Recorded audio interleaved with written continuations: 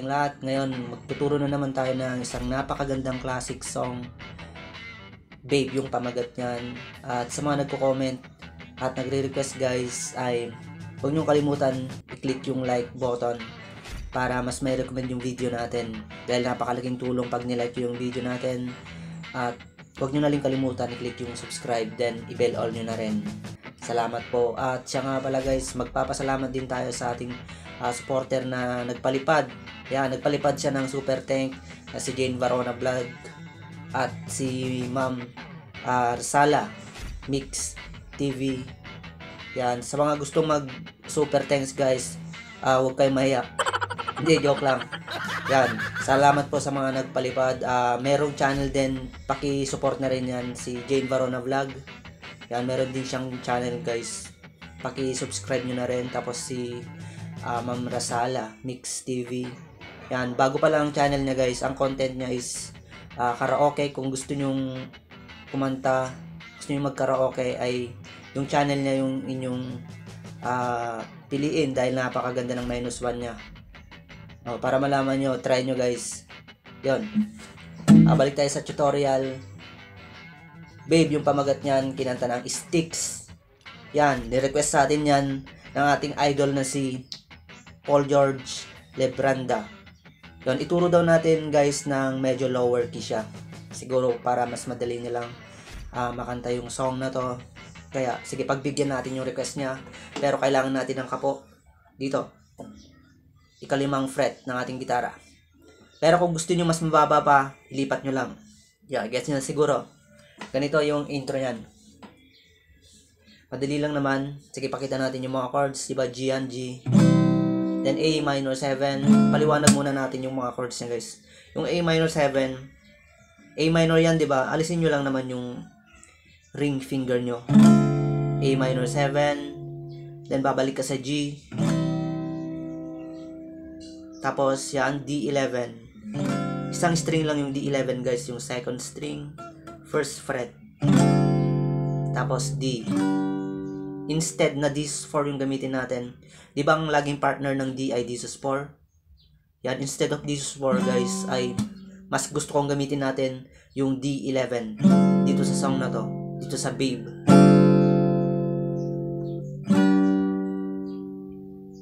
Okay? Ganito yung magiging intro natin. Di ba pag pinapakinggan natin yung Babe, meron tayong nadidinig na parang mga maraming notes na piano. Kukuha tayo ng mga kahit konting notes lang guys bago tayo tumira ng ganitong intro. Bago tayo magganon, ay tirahin muna natin ng pasakaling ganito.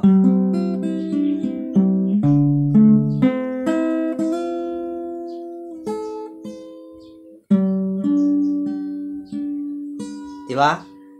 Bago tayo.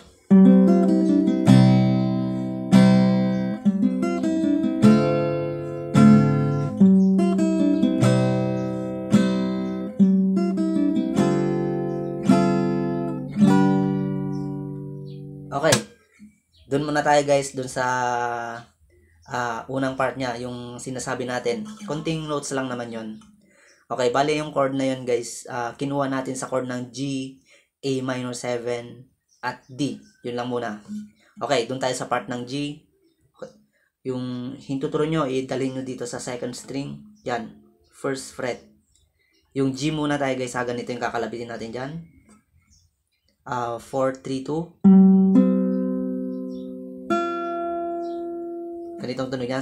Sorry, bilisan natin ng konti para medyo nakakalito kasi pag mabagal. Yan, 4, 3, 2. Nakapindot guys yung hintuturo ko sa first fret ng second string. Then 2 ulit pero nakaalis na. Then next 3, 4. Open na lahat yan. Yon, ganun lang sa part ng G. Okay? Ulitin natin. Yan. Then next, A minor 7. Siyempre, mag-position ka ng A minor 7 na ganyan. Then, ang kakalabitin nyo ay ganito. 5, 4, 3, 2. Okay? Then, yung unang 2 guys ay naka-open yan. Tapos, 2 ulit. Pero, binalik nyo. Ganito yung tunog niyan sa A minor 7. Ganun lang naman, simple. 5, 4, 3, 2, 2. Bali, dalawang 2. Ganun lang. Then, first string. Open, first string. Tapos, first string ulit. Pindot sa 3rd fret. Yon, bagong mag-D na yon. Okay, ulitin natin ng G at A minor 7. A minor 7. First string, open. First string ulit, 3rd fret. Then D. D position, ganito yung kalabit yan. 4, 3, 2. 3, 1. Ganun lang. 4, 3, 2, 3, 1. Medyo, lagyan nyo naman ng konting drama. Medyo bagal-bagalan nyo. Tapos, ganun lang, di ba?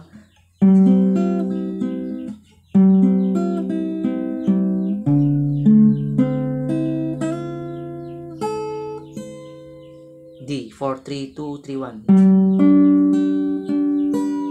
Yon, then, hinga ng konti. Tapos, ganito na.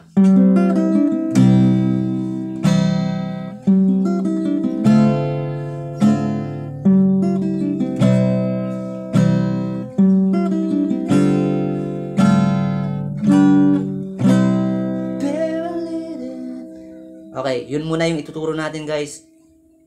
Gagamitin na natin yung G, A minor 7, G, D11, D.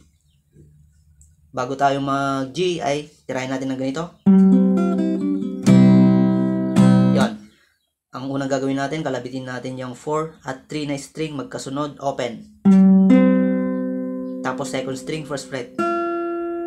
Then second string ulit, alisin mo na. Ganun.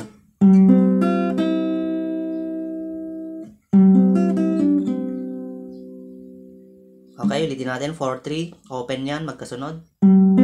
Tapos, second string, first fret. Then, second string ulit. Alisin mo na. Tapos, third string dito, second fret. Then, third string ulit. Open. Tapos, G. Okay, isa pa. Tapos, bago pumasok ng A minor 7, gawin mo ulit yung ganon. Then, gagawin mo ulit yun. Then, D11. Then, D. Yun, dito sa D11, dalawang strum na down. Balitig dalawa lang naman sila ng strum. Okay, ulitin natin.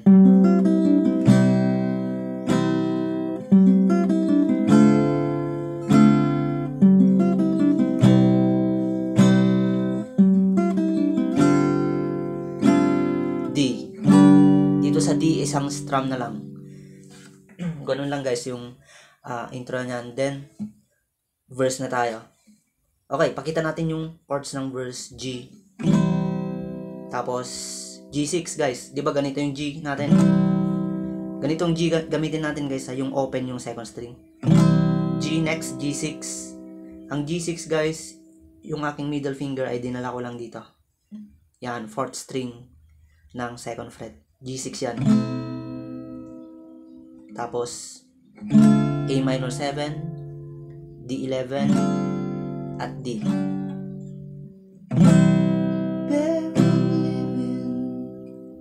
G6, I must be on my way. A minor 7. The time is now. D11. D. Napansin nyo, guys, 2 times yan.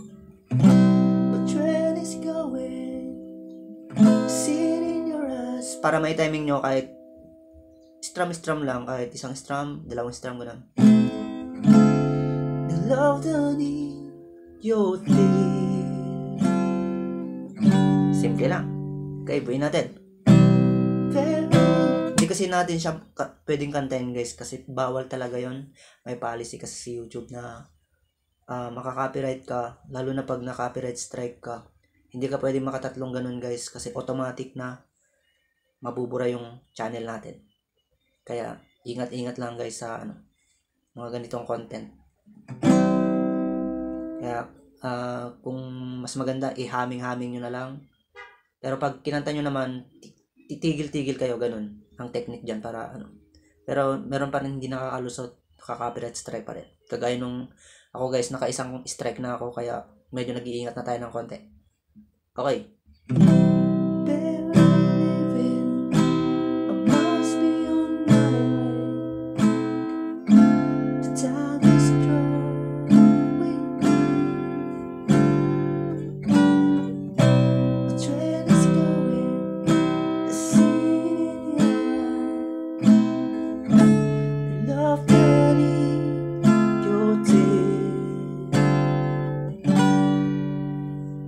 Madali lang naman tong song na to guys. Napakadali lang din niyang kabisaduhin. Okay, next doon ay refrain. Ganito. I'll be lonely without you. I need your love to see me through. So please believe me, my heart is in your hand.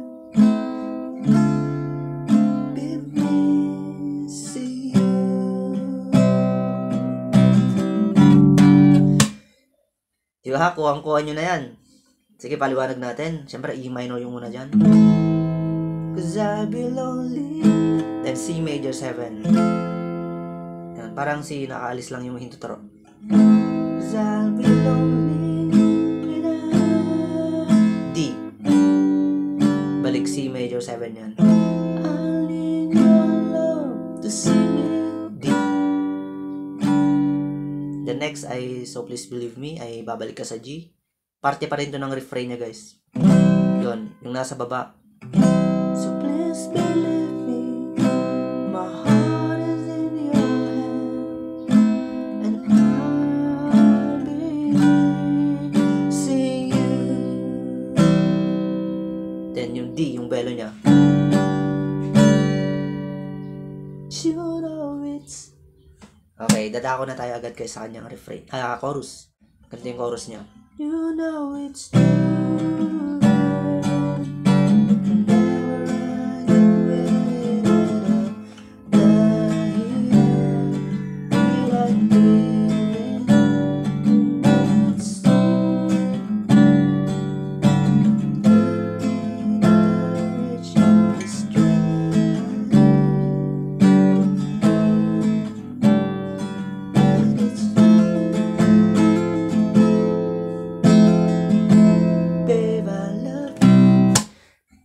Tignan nyo mabuti guys yung chords natin.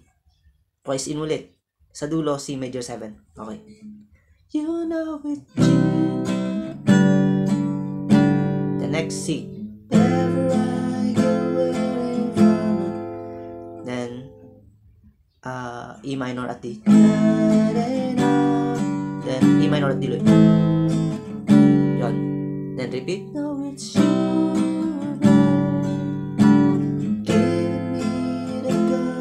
And the strength I need. Please believe that it's true. Yo, dito sa C major 7 ko guys, napansin nyo. Pinalo ko sa second string first fret. Parang nag-C, saglit na C. Pero C major 7 na yan, pinalo ko lang kasi yung second string first fret.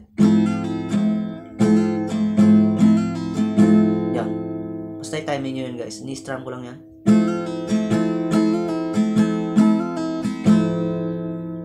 Babe, I love. Yan, dun sa word na you, ay diretso na yun sa instrumental. Interlude pala, sorry. Babe, I love you. Gaya lang din ang chords ng intro. Pwede nyo na siyang instrument dito. Pero pwede naman kahit ipalo-palo nyo yung second string first fret. Babe, I love you.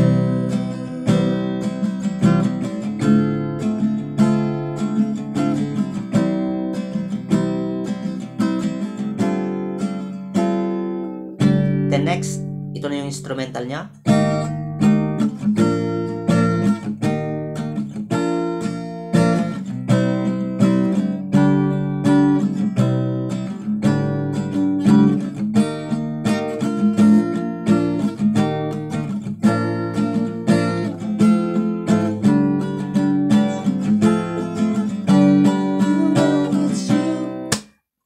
Okay, yung unang chord dyan guys ay E flat. E flat. Ituturo natin yung, para hindi kayo mahirapan, dito tayo mag E flat. Yung 4th string, yan, 1st fret. Yan, dito nyo ibar ng, dito hintuturo, ibar nyo sa 1st fret mula 4th string. Tapos itong 1, 2, 3 na string, ibar nyo yan dito sa ano. Yan. Dito sa 3rd fret. Ito muna yung E flat natin, yung E tapos maliit na B, E flat yan. Tapos F. Diba 2 times, dito 2 times yan. Yan. Tapos G, D. Then balik E flat at F. Tapos C, D.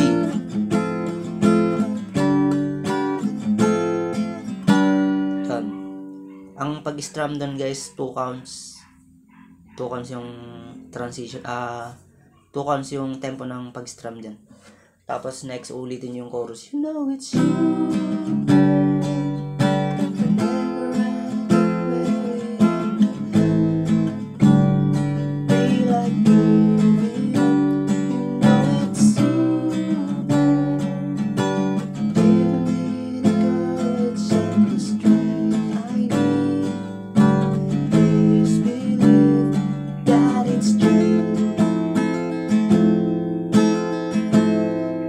Babe, I love. Then, mag-interlude ulit kayo.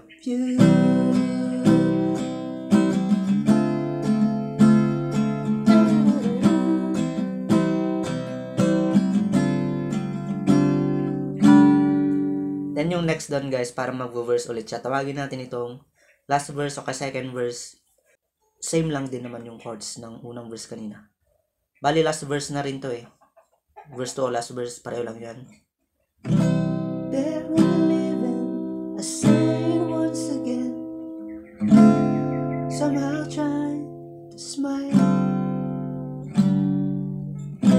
Know the feeling, trying to forget. Only for a while. Then, refrain. Ulitin nyo yung chords at lyrics ng refrain. I'll be lonely without you. I need your love to see me through. Then G. So please, bale, patapos na dito guys. So please believe me, my heart's in your hands, and I'll be missing. Yon, tumigil na siya doon. Bale, ito na guys yung outro niya. Pag nag-Q sa word na UI, ito na yung outro niya. Ipakita natin yung mga chords. Ito, G, U. Then, ganito gawin nyo. G at A minor 7. U. A minor 7. Babe, I love you. G. A minor 7. Babe, I love you. Then, A minor 7. Ooh, D11. G. Yan lang guys. Tapos na yung tutorial natin at maraming salamat sa inyong panonood. Huwag kalimutan mag-like kung nagustuhan nyo. At pwede nyo rin siyang i-dislike guys kung hindi nyo nagustuhan. Yun lang at mabuhay po tayo lahat. Bye-bye.